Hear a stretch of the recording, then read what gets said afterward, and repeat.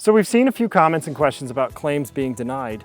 I'm John with Equity Builders Roofing, and we're going to cover that topic. We're out here on a re-inspect. That means that the insurance carrier has actually sent someone back out to take a second look.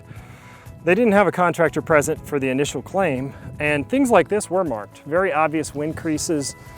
These were marked in the original inspection. These type of creases were marked in the original inspection, but this roof is full of other styles of wind damage where it's actually started to rip the shingles away from the nails themselves, cause damage to the sealant strip that will force it not to reseal. Even on this nice 75-degree day, it's not sealing.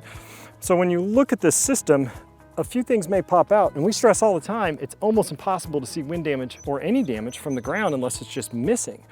And that happens. Someone could come out here, take a look at this and miss some things. It's why we personally like to come out, meet with your insurance carrier, and take a really close look so we can come to a better understanding of the damage that has taken place to your roof system in full.